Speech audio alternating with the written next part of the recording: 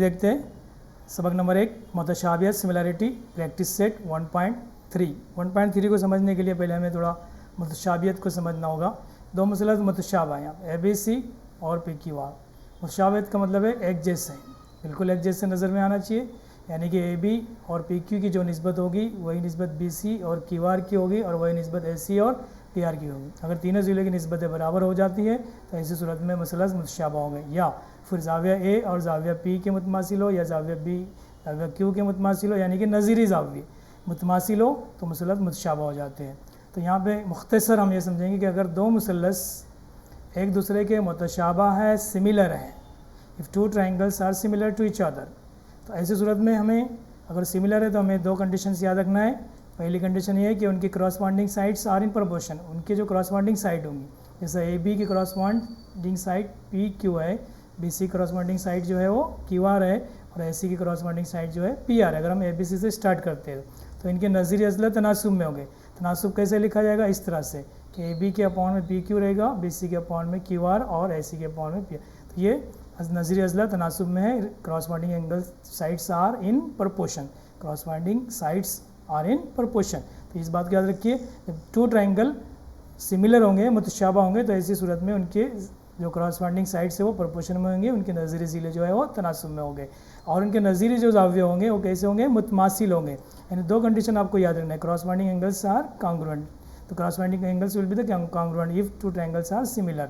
तो सिमिलर तो corresponding angles, ए का क्रॉसबॉन्डिंग एंगल्स यहाँ पे पी लिया मैंने, बी का क्यू है और सी का आर है। इस तरह से क्रॉसबॉन्डिंग एंगल्स भी कॉन्ग्रुएंट रहेंगे और क्रॉसबॉन्डिंग साइड्स प्रोपोर्शन में रहेंगी। दो बातें आपको याद रखना है और मुशाबियत की आजमाइश याद रखना है। तो यहाँ पे तीन आजमाइश हमारे पास है, यानी कि ये 6 पार्ट है, 1 पेयर, 2 पेयर, 3 पेयर, ये 4, 5 एंड 6। इस 6 पेयर में से अगर इस कंडीशन को, ये इस तरह की कंडीशन में तीन पेयर भी अगर सेटिस्फाइड कर देती है तो ट्राइंगल जो है वो मुतशाबा हो जाता है। जैसा कि तीनों ज़िले अगर प्रोपोर्शन में है तो एंगल बताने की ज़रूरत नहीं है, एक प्रोपोर्शन में है तो ट्राइंगल जो है वो सिमिलर हो जाएंगे। अगर दो साइड उसकी प्रोपोर्शन में होंगी और वन एंगल उसका उनके बीच में का इंक्लूडिंग एंगल यानी दरमियान का, ये दोनों साइड के बीच में का जो एंगल यानी दोनों साइड के दरमियान का एंगल अगर मुतमासिल है और दोनों साइड प्रोपोर्शन में है तो ट्राइंगल फिर सिमिलर हो जाएंगे। कौन सी टेस्ट से? एस ए एस या जिल आजमाइश से। और इसी तरह से अगर उनके एंगल अगर कॉन्ग्रुएंट है तो तब भी ट्राइंगल जो है वो एक दूसरे के सिमिलर हो जाएंगे। छोटी सी बात थी, आपको इसकी मदद से हम मश्क को हल करेंगे। देखते हैं पहला क्वेश्चन। देखिए पहला सवाल यहाँ पे शक्ल दी गई है, इसमें ट्राइंगल ए बी सी दिया गया। ट्राइंगल ए बी सी में आपको एंगल ए बी सी की वैल्यू दी गई है 75 डिग्री, इसका मेजरमेंट दिया गया और ई डी सी का मेजरमेंट दिया गया और ये कहा गया कि मुसल्लस किस आजमाइश की रूह से मुतशाबा है। तो यहाँ हम देखते हैं किस आजमाइश की रूह से मुतशाबा है। तो पहले हम उसको लिख लेंगे, दो मुसल्लस ट्राइंगल लिखेंगे, triangle A B C and triangle A D C, E D C, A B C and E D C. दो ट्राइंगल हमने लिए और दो ट्राइंगल में हम चेक कर रहे हैं कि उसके एंगल, क्योंकि यहाँ पे साइड की कोई लेंथ वगैरह नहीं देगी, हम एंगल से देखेंगे कि दोनों ट्राइंगल सिमिलर है, मुतशाबा है और किस रूह से हैं। तो हम पहली पेयर देख रहे हैं यहाँ पे A B C, angle A B C कितना है? 75 डिग्री और एंगल ई डी सी भी 75 डिग्री है। इसका मतलब है दोनों एंगल एक दूसरे के इक्वल है, तो हम यहाँ लिख देंगे दोनों एंगल एक दूसरे के कॉन्ग्रुएंट है। ओके, ए बी सी और ए डी सी क्यों कॉन्ग्रुएंट है? क्योंकि हर एक का मेजरमेंट कितना है? 75 डिग्री है। आप यहाँ पे गिवन भी लिख सकते, दिया हुआ लिख सकते, ठीक है। ये पहली पेयर हमने देख लिया, पहली जोड़ी हमने देखे। अब दूसरा एंगल और तलाश करते तो angle triangle A B C में एंगल सी एक ऐसा एंगल है जो ई डी सी में भी है ना, angle triangle E D C में भी एंगल सी है। तो एंगल सी दोनों ट्राइंगल में है, इसलिए वो कॉमन एंगल माना जाएगा। तो इसलिए हम angle C congruent to angle C, इसको 3 लेटर से भी लिख सकते हैं, ए सी बी और डी सी ई।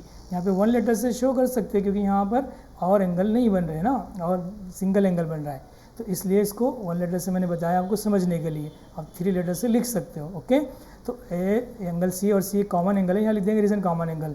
अब ट्राइंगल के दो एंगल की दो पेयर जो है वो कॉन्ग्रुएंट है, तो तीसरी पेयर ऑटोमेटिकली कॉन्ग्रुएंट है, तो उसको दिखाने की ज़रूरत नहीं ना, लिखने की ज़रूरत है। सीधा हम यहाँ पे बोल सकते हैं कि triangle A B C is similar to triangle E D C, दोनों मुतशाबा है। कौन सी रूल से, कौन सी आजमाइश, कौन सी?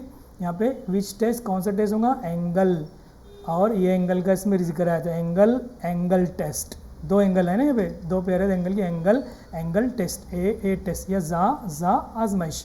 ओके, जावी के 2 जोड़ियाँ इस्तेमाल किया तो जा आजमाइश से लिख दिया हमने, पहला जवाब हमारा कंप्लीट हो गया।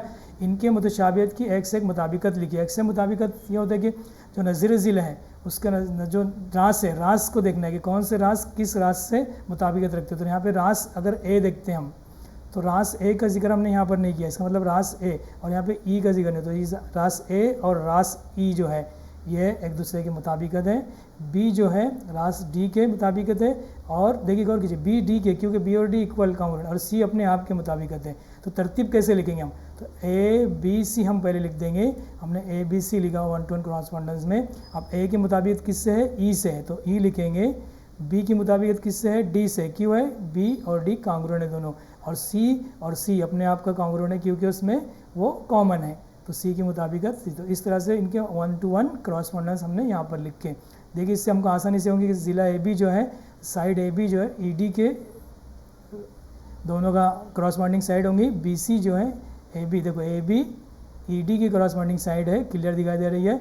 और बी सी देखो बी सी किसकी होगी, ई सी की होगी, बी सी ई सी की क्रॉसपॉन्डिंग साइड है, क्लियर यहाँ पर आ गया। और ए सी देखो क्लियर दिख रहा है, ए सी जो है ई सी की है, और तीसरी क्रॉसपॉन्डिंग साइड कौन सी है, बी सी है ना, बी सी जो है वो डी सी की क्रॉसपॉन्डिंग साइड है। देखो तो इस तरह से यहाँ क्रॉसपॉन्डिंग साइड भी हमको मिल गई है, और हमने 1-to-1 क्रॉसपॉन्डेंस लिखा था। क्रॉसपॉन्डेंस को एंगल के थ्रू लिखें, ज़्यादा आसानी से समझ में आ गया, ठीक है। तो अगला क्वेश्चन हम देखते हैं। क्वेश्चन यहाँ रेडी है और शक्ल भी दी गई है हमको, और शक्ल दी गई है ट्राइंगल। यहाँ पे कहा गया कि ए पी इस परपेंडिकुलर टू बी सी, यानी कि ए पी बी सी पर उमूद है, और बी क्यू दिख रहा है, बी क्यू ए सी पर उमूद है, ये कहा गया। और बी पी सी, ये बोला बी पी सी, इसका मतलब क्या हो, बी पी सी, यहाँ पे कहा गया B P C. B P C का मतलब ये डैश लगा के लिखा है, इसका मतलब है कि बी पी सी एक ही खत पर वाक़ एक ही खत पर है, और पी बी और सी के बीच में है। तो ये हम कदी नुकात के लिए इस तरह से लिखते हैं। देन प्रूव दैट, दो ट्राइंगल हमको प्रूव करना है। कौन सा ट्राइंगल, सी पी ए दिख रहा है, सी पी ए, ये दो ट्राइंगल सी पी ए और दूसरा सी क्यू बी। अगर हम इसको निकाल लेते इतने हिस्से को, तो हमको क्लियर नज़र आता है कि दो ट्राइंगल यहाँ पर नज़र आ रहे हैं। ये हिस्सा हम अगर धुंधला कर देते हैं ना, ये हिस्से को अगर निकाल देते तो क्लियर दिख रहा है कि सी पी ए है यहाँ पर, और यहाँ सी क्यू बी है। ओके, तो दो ट्राइंगल यहाँ पे, दोनों को हमको सिमिलर बताना है। जैसे पिछले सवाल में हमने सॉल्व किया, वैसे हम दो ट्राइंगल लेंगे सी पी ए जिसको सिमिलर बताना है। सिमिलर बताने के लिए यहाँ पे क्लियर एंगल नज़र आ रहा है। तो सी पी ए में angle C P A 90 degree है, और एंगल सी क्यू ए ये भी 90 डिग्री है। तो हम दोनों एंगल को लिख देंगे, यहाँ पे सी पी ए लिख दिया हमने 90 डिग्री वाला, और सी क्यू दोनों एक दूसरे के कांग्रुएंट है, और यहाँ लिख दिया ईच एंगल इज़ 90 डिग्री, हर जाविया 90 दर्जे, या राइट एंगल भी बोल सकते हैं आप यहाँ पे, हर जाविया कायमा जाविया भी लिख सकते हैं, या गिवन भी लिख सकते हैं, ठीक है। और उसके बाद देखो सी ऐसा एंगल है यहाँ पे वापस कि सी पी ए, इस सी पी ए का भी एंगल सी है, और सी क्यू ए का भी वो एंगल सी है, तो एंगल सी कॉमन है, फिर वापस यहाँ पे कॉमन एंगल लिख देंगे इसको, जैसे पिछले सवाल में हमने लिखा था। और इस तरह से दो एंगलों की दो पेयर जो है एक दूसरे के कांग्रुएंट हो गई, इसलिए triangle C P A is similar to triangle C Q B, दोनों एक दूसरे के सिमिलर हैं। ए टेस्ट आप समझ गए, एंगल टेस्ट। ओके, तो दो ट्राइंगल जब एक दूसरे के सिमिलर होंगे तो बाकी कीमतें हमको यहाँ पे मालूम करना है। तो जाहिर है कि उनके नज़ीरी ज़िले, उनके क्रॉसवेंडिंग साइड्स जो है प्रपोर्शन में होंगी, प्रपोर्शन यानी कि तनासुब में होंगी। तो हम यहाँ तनासुब में हम यहाँ पे देख लेते हैं, क्रॉसवेंडिंग साइड्स आर इन प्रपोर्शन। तो हमने यहाँ क्रॉसवेंडिंग साइड लिखी हमने सी पी, पहले एक मुसलस के लिख लेते सी पी पी ए और सी ए। याद रखिए पहले एक ट्राइंगल के न्यूमरेटर में यानी कि शुमार कुंदा में यहाँ पर हम ज़िले लिख देंगे। सी पी लिखा मैंने यहाँ पे, सी पी लिखा, फिर पी ए लिखा और सी ए लिखा। अब सी पी जो है वो किसके क्रॉसपॉन्ड होगा, सी क्यू के, है ना। अगर हम यहाँ तरतीब सही लिख लेते हैं ट्राइंगल की, तो हमें ये लिखने में एकदम बिल्कुल आसानी होगी। पी ए का क्रॉसपॉन्ड क्यू भी रहेगा, ओके, और सी ए का क्रॉसपॉन्ड सी भी रहेगा, ठीक है। अगर यहाँ नहीं लिखते तो फिर यहाँ से हमको देखना पड़ेगा कि राइट एंगल के सामने बी सी है, राइट एंगल के सामने बी सी है, तो ये राइट एंगल के सामने ए सी है, तो सी ए बटे बी सी। देखो पहले ट्राइंगल सी पी ए में, दूसरा तरीका यह लिखने का क्रॉसपॉन्डिंग साइड का कि सी पी ए में राइट एंगल के सामने वी थ्रो हाइपोटेन्यूज ए सी है, तो ए सी लिखे, और सी क्यू बी में दूसरे ट्राइंगल में राइट एंगल के सामने बी सी है, तो बी सी लिखेंगे। अब उसके बाद एंगल सी है, तो एंगल सी के सामने बी क्यू है, पहले ट्राइंगल हम लेते हैं ए पी सी के एंगल सी के सामने ए पी है, तो हमने यहाँ ए पी लिख के, और चूँकि दूसरा ट्राइंगल सी क्यू बी है, उसके सामने बी क्यू है तो बी क्यू लिखे, तो यहाँ से भी लिख सकते हैं, लेकिन अगर ये तरतीब सही रहे तो ये लिखना बहुत आसान पड़ेगा। सी पी के बटे में सी क्यू लिख देंगे, पी ए के अपॉन में क्यू भी लिखेंगे और सी ए के अपॉन में सी भी लिख देंगे। ओके, अब ये सी पी और सी क्यू में हमको कोई दिया नहीं गया, इसलिए मैंने यहाँ पे इसको राउंड कर दिया हूँ। ओके, इसकी ज़रूरत नहीं हमको, क्यों, यहाँ पे हमको ए पी मालूम है, ए पी 7 दिया हुआ है, क्यू बी मालूम है, क्यू बी दिया हुआ है, बी सी मालूम है और सी ए पूछा है, ए सी पूछा है, ए सी मीन सी है, सी ए और ए सी लिख सकते हैं इस तरह से। ओके, तो ए सी पूछा है, तो ये निस्बत में दोनों में से कोई भी एक ज़िले की लंबाई नहीं देगी, इसलिए मैं इसको राउंड अप कर दिया हूँ। अब ये दो निस्बतें लिख सकते हैं डायरेक्ट, मैंने तीनों लिखे हमने और ये दोनों का इस्तेमाल करें, यहाँ वैल्यू रख देंगे हम, तो ए पी बटे बी क्यू, बी सी बटे बी सी, इसको अवॉइड कर दिया हमने, ये निस्बत हम लिखे। अब कीमत रखेंगे, ए पी की कीमत रखे हमने यहाँ पे, ए पी के बदले में क्या रखे 7, बी क्यू के बदले में हमने 8 रखे, यहाँ से ढूंढकर, यहाँ से देख के लिख रहे हैं हम ए पी बी क्यू और बी सी।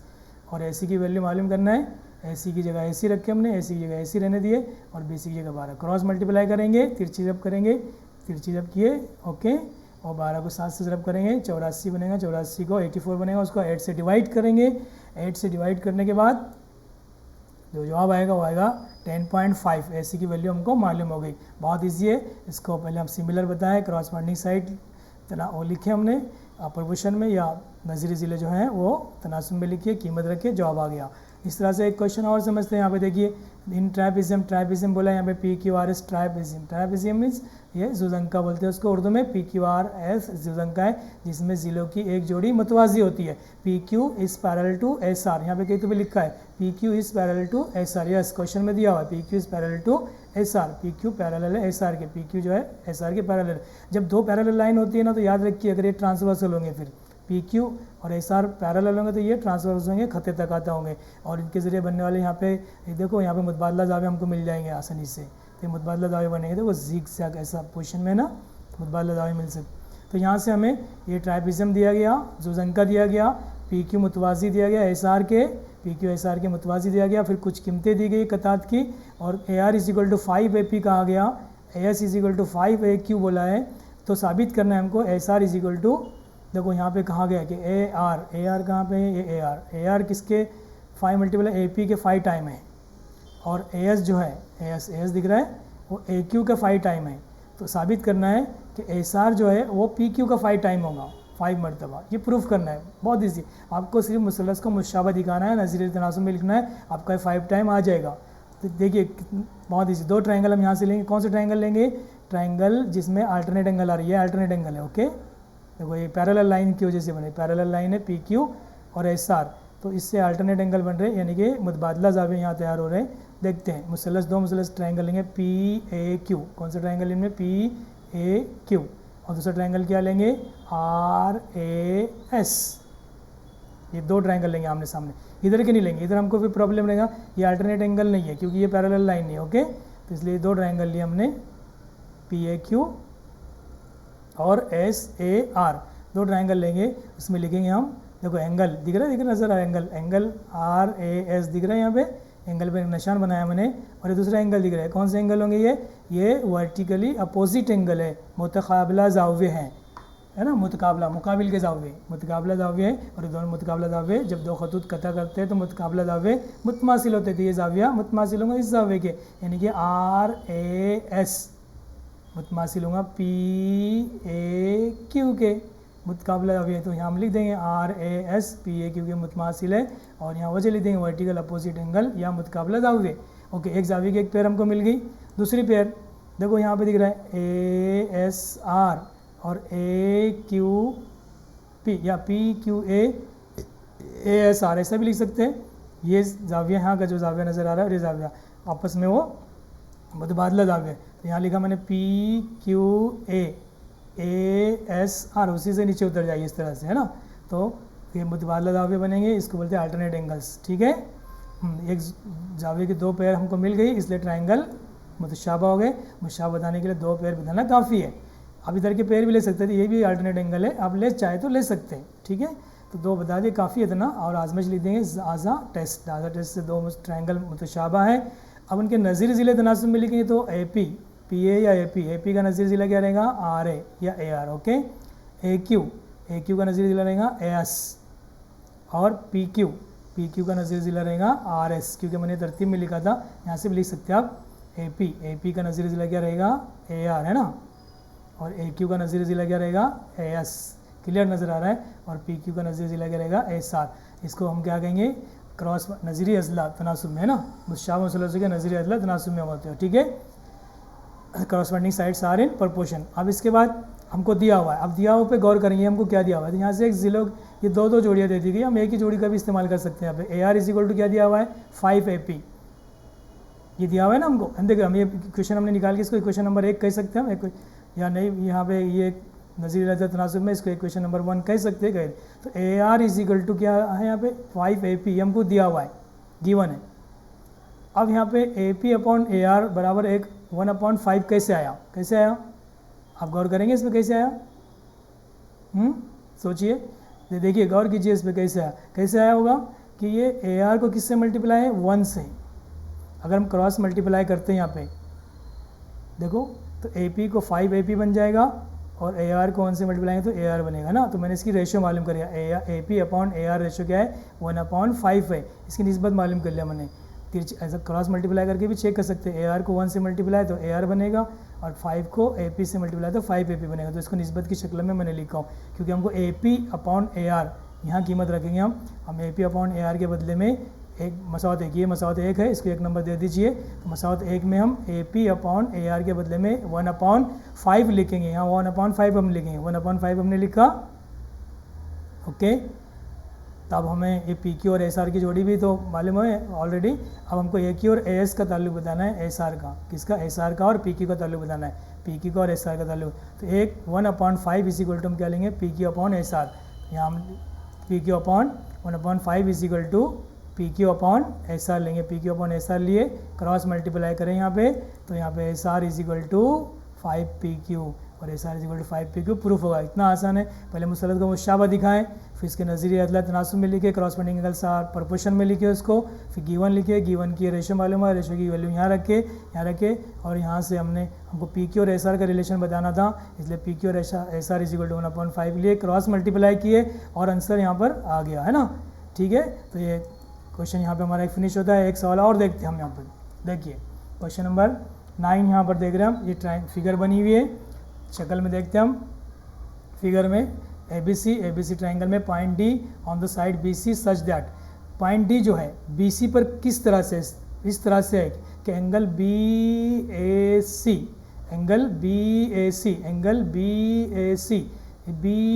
सी किसके इक्वल है, कांग्रुएंट है, ए डी सी के कांग्रुएंट है।